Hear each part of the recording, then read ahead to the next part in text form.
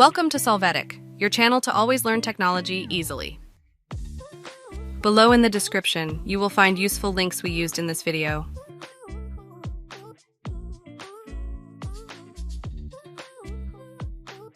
Today in Solvetic, we will see how to enable print screen button on keyboard.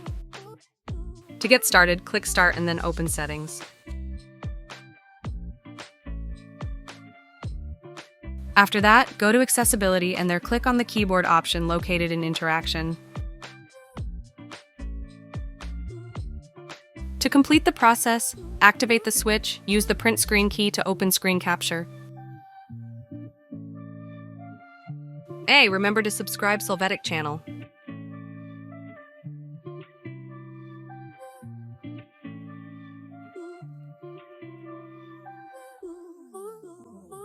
We hope it has been helpful for you.